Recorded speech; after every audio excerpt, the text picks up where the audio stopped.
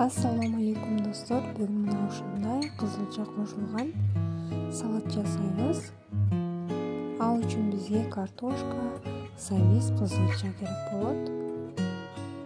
Алгач сабизди туурап алабыз.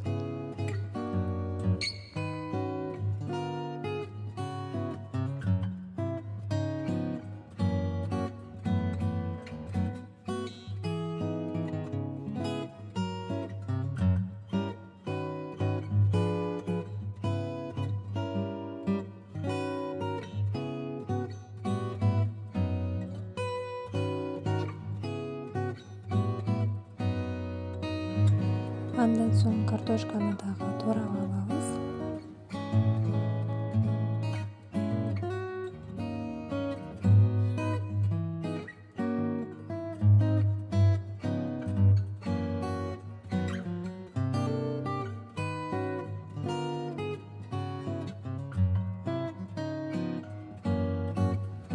Кызылчаны дагы ушундай кылып туурап алабыз.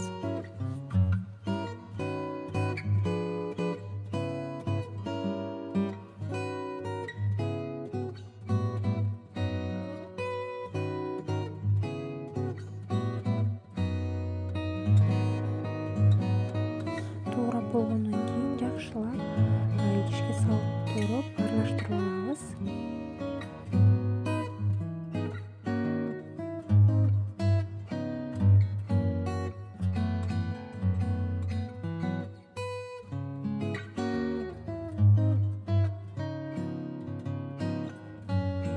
Андан соң туз салып алабыз.